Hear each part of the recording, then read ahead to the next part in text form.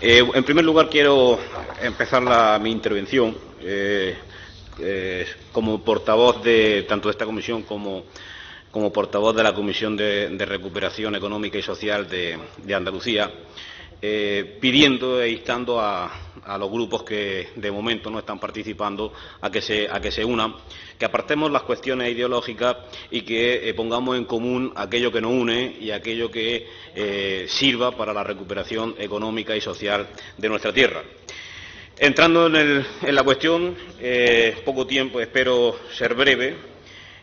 Nos parece a grandes rasgos la PNL que nos plantea el Partido Socialista, nos parece bien a grandes rasgos con algunos matices, pero ya le adelanto, como bien ha podido hablar con la portavoz del Grupo Socialista, que la vamos a apoyar. Si bien es cierto que hemos criticado desde un primer momento que estos mecanismos de financiación extraordinaria que el Gobierno ha sacado para los municipios no se pueden, por favor, sí, por favor. No se pueden sacar con un mínimo garantizado, porque al establecer un mínimo garantizado en el reparto de los fondos puede darse la circunstancia de que haya municipios que hayan estado gravemente afectados por la pandemia y reciban menos fondos de los que le corresponderían y viceversa, en cuyo caso entendemos que este criterio de reparto con un mínimo garantizado debería de eximirse. Y debería de eximirse en base al punto 3 que establece el Partido Socialista, al punto 2 que establece el Partido Socialista en la elaboración de ese informe específico del impacto que ha tenido la COVID-19. No podemos empezar la casa por el tejado. Tendríamos que haber hecho ese informe en el que se pusiese de manifiesto cuál es el impacto real de la pandemia en cada uno de los municipios y, en base a ese informe, haber sacado los mecanismos de financiación extraordinaria para todos los municipios, pero todos los municipios. No tiene ningún sentido que estos municipios que van entre 5 y 20.000 habitantes pues se hayan quedado fuera de esos mecanismos de financiación extraordinaria.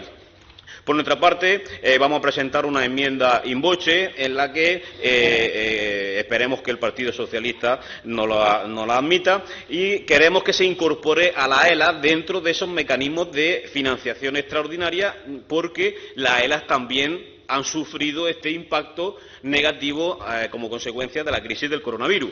Y no entendemos qué criterio ha tomado el Gobierno para excluir a la ELA de este mecanismo de financiación extraordinaria. Y, por último, pues nosotros siempre hemos defendido, porque así lo ha establecido la Cámara de Cuentas, que los municipios deben de rendir sus cuentas en tiempo y forma. Y aquellos municipios que no rindan sus cuentas en tiempo y forma, entendemos que deberían de recibir, entre comillas, una especie de castigo, en el sentido de que... Tiene que concluir, señor Alonso. Pues nada, simplemente tomar medidas cautelares para aquellos municipios que no presentan la cuenta general en tiempo y forma. A este respecto creo que hay poco que añadir o que matizar, ¿no? Porque cuando es el propio Ministerio en el que elabora el informe de cumplimiento, pues entiendo que las cuentas son reales, que están ahí y que el esfuerzo que se ha hecho es mayúsculo. Si bien es cierto que quiero poner en valor, si usted me lo permite, la colaboración y que este grupo parlamentario ha tenido en ese cumplimiento, dado que ahí están los acuerdos presupuestarios que son 3, tanto el de investidura como los 2 que se firmaron para los presupuestos, y que al fin y al cabo lo que vienen es a ratificar nuestra preocupación sobre todo lo referido a la eficiencia y eficacia en la ejecución del gasto público. Todo lo que sea racionalización de la administración y del gasto público es positivo, es beneficioso, y por ello pues se obtienen estos resultados.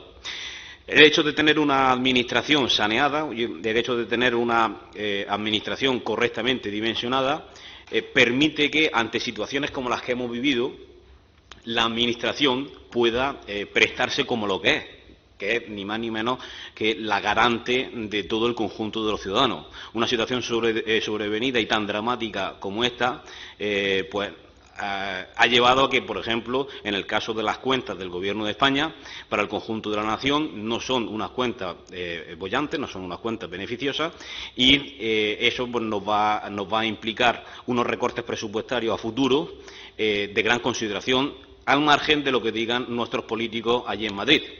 Pero lo que no cabe la menor duda es que llevarnos a unos niveles de deuda que probablemente vayan a estar en torno al 130% del PIB, llevarnos a unos niveles de déficit, esto va a suponer unos recortes presupuestarios que al final van a caer siempre del mismo lado, van a caer tanto del conjunto de los ciudadanos como del sector público.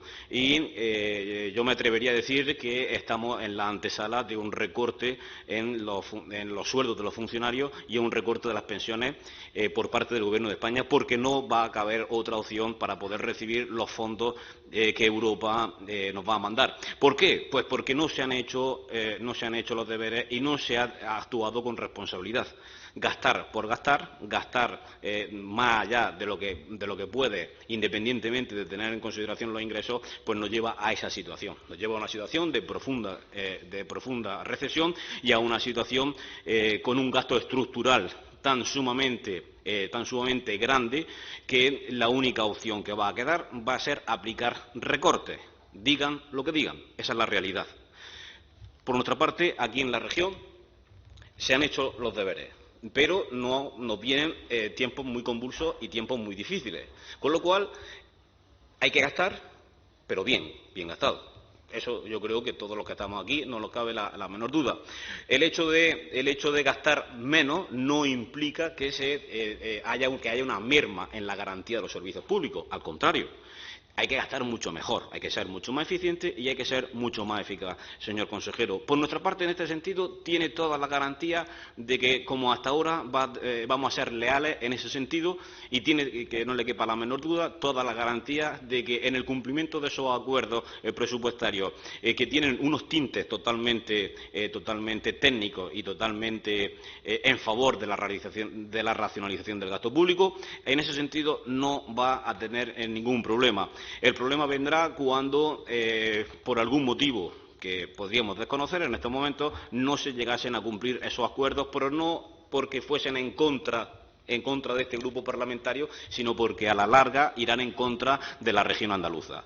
En este sentido, señor consejero, le insto a que sigamos trabajando en esa línea, en esa postura, y que los números pues vayan saliendo. Que la dimensión de la administración pública sea la idónea y que el gasto y el déficit vaya contenido, sobre todo por lo que lo digo, porque cuando vienen tiempos convulsos ante una situación sobrevenida, tenemos que ser la administración los garantes de todo el conjunto de los ciudadanos. Se ha dicho en esta sala, se ha nombrado a una señora que tal y como la han descrito, creo que es alguien distinta a la que yo conozco, María Jesús Montero. Si es la que ustedes se están refiriendo, la ex consejera de Hacienda de la Junta de Andalucía y la ministra de Hacienda del Gobierno de España, lo que se ha dicho en esta sala en su defensa creo que sobra encarecidamente. Porque es la misma que este fin de semana ha dicho, que este Gobierno, sin corresponderle, acopió material sanitario para proteger a las personas que trabajan en nuestros centros. ¿Cómo sin corresponderle?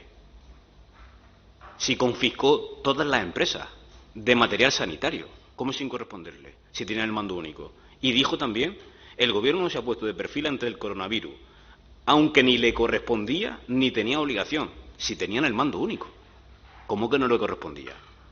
Entonces, me gusta, cuando hablemos de la señora María Jesús Montero, aquí, que es la que más daño ha hecho a la arca andaluza, en términos políticos, no de corrupción, evidentemente, pues creo que habría que hablar de esta señora con un poco más de rigor y decir las cosas independientemente de las siglas las que represente. Y ha hecho mucho daño a la arca andaluza María Jesús Montero. Cuando hablamos de fondos no reembolsables, bueno, que todavía no sabemos realmente qué es lo que nos pertenece o no, evidentemente, señor consejero, usted tiene que luchar hasta el último céntimo. Es una obviedad. Lo contrario sería pasar de una situación en la que ustedes se han mostrado muy leales a una posición de sumisión absoluta. Es obvio que tiene que luchar hasta el último céntimo. Pero mire, con esta distribución de los fondos, el asunto está claro.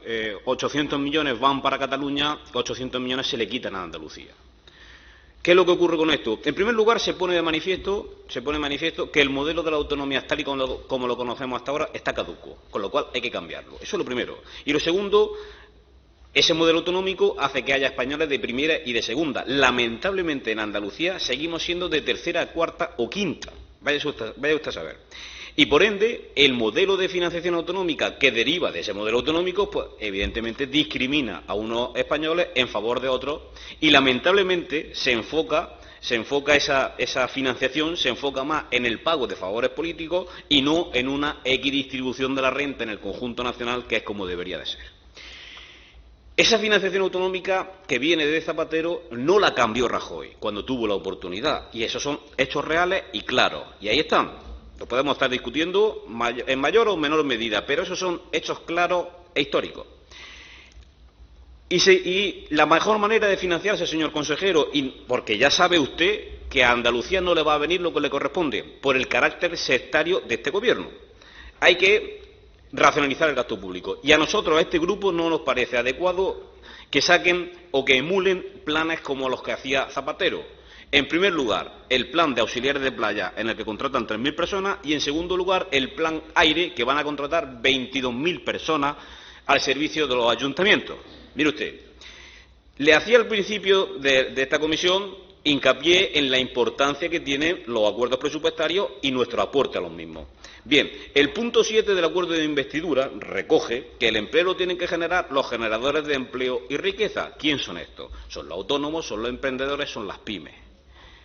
A estos son a los que hay que ayudar para que los trabajadores encuentren un puesto de trabajo, porque los puestos que se van a generar en los ayuntamientos no son sostenibles en el tiempo. Van a estar 6 meses, van a estar 8 meses, van a estar 1 año, y a partir de ahí les van a dar la cuenta y se van a su casa.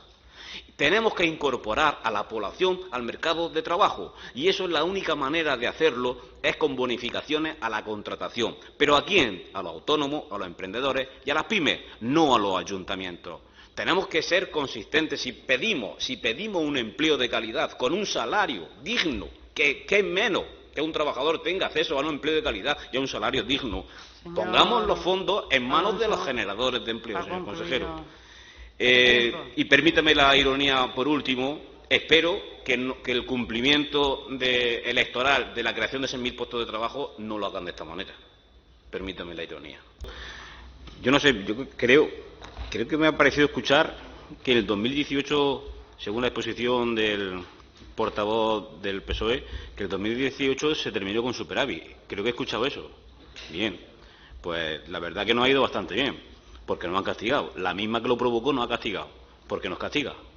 Si cerramos con superávit, ¿por qué nos castiga a Andalucía? Entiendo que será porque no se ha cumplido con la regla de gasto, con la regla de estabilidad presupuestaria. Digo yo, no podemos coger de la ecuación la parte numérica que nos interesa. Y la parte numérica hay que ser mucho más riguroso. No puede usted pedirle al consejero de Hacienda que sea riguroso cuando usted no lo es. Mire usted, ¿cuándo nace la obligación? ¿Cuándo nace el derecho del IVA? Cuando se produce la liquidación del mes 13. Cuando se produce la liquidación del mes 13, nace el ingreso y, por tanto, nace el derecho de cobro. ¿Dónde está la picaresca? ¿Dónde ha engañado el señor consejero? Independientemente que nosotros al señor consejero le hemos instado infinidad de veces a que tenía que haber llevado a los tribunales al Gobierno de España mucho antes de lo que lo ha hecho. Pero la cuestión de fondo es esta. Sí le corresponde a esta tierra los 537 millones de euros. ¿Pero cómo que no? ¿Cómo que no? Lo que no le corresponde a esta tierra, ni tiene esta tierra verse con ese carácter sectario de la ministra Montero, que se niega a pagarlo. Y si de verdad no le correspondiera ese IVA, ¿por qué en el Consejo de Política Económica y Fiscal, en la que se reúnen, le concede unas condiciones más laxas en el déficit? No tendría sentido, ¿verdad? No tendría ningún sentido. Con lo cual no podemos mezclar las churras con las merinas y luego de ahí sacar 2 más 2, 6 y restarle un 8. No, hombre, vamos a ser rigurosos, no podemos engañar a la ciudadanía de esta manera. Los números son los que son y los criterios contables son los que son. Y así es como... No, señor, usted ha cogido de esa tabla lo que a usted le interesa, hombre. Señor Arayano, usted es mucho más serio que todo eso, hombre. Señor consejero, para no dejar ningún lugar a duda, Pongámonos a trabajar en el presupuesto 2021, que no nos ha ido mal hasta ahora. Siempre bajo el marco de los acuerdos. Si vamos a permitir que las triquiñuelas que se producen más arriba de Despeñaperros nos influyan aquí, evidentemente, tenemos que poner en cuestión la estabilidad del Gobierno si notamos que puedan influir esas triquiñuelas aquí en el Gobierno. Es evidente, pero no es por nada, por responsabilidad y por lealtad a los ciudadanos. Y, en segundo lugar, los presupuestos más sociales de la historia serán aquellos en los que cada ejercicio se vaya disminuyendo por puntos porcentuales el paro estructural. Ha concluido el tiempo, señoría. Muchas gracias, señora presidenta. Según un informe que la actual dirección de Cetursa encargó sobre una obra concreta, la ejecución de la terraza de Borreguiles, las conclusiones del informe son bastante llamativas, diría abrumadoras. En primer lugar, detectan deficiencias en cuanto al sobrecoste, pero que esto ya es significativo. Una de las irregularidades observadas por los técnicos dicen que podría haber una ilegalidad importante, y es que es por el fraccionamiento de la obra, algo prohibido por la ley porque facilita la adjudicación de trabajos sin los controles, publicidad y la concurrencia, que serían preceptivos, y que, según la ley de contrato del sector público, es un hecho manifiesto de incumplimiento de la legalidad. Con lo que, según dicen los autores del informe, se ha falseado por completo la obra. De ser esto cierto, señor consejero, entiendo que la posición del Gobierno en este sentido debe de ser aplastante. No se puede vulnerar la ley, no se puede ir contra la ley y no se puede hacer tejemanejes, por decirlo de alguna manera, con el uso de los fondos públicos y que la gente o que los culpables se vayan de rositas, señor consejero. Con estas personas, con estas empresas o con funcionarios, sea quien fuere, no lo sabemos, hay que actuar de forma contundente. Por eso le hago 3 preguntas, señor consejero. ¿Quién fue la empresa adjudicataria de la obra ejecutada? ¿Qué procedimiento se utilizó para la licitación de la obra? Y, la más importante, ¿qué medida va a tomar al respecto el Consejo de Gobierno ante estos hechos?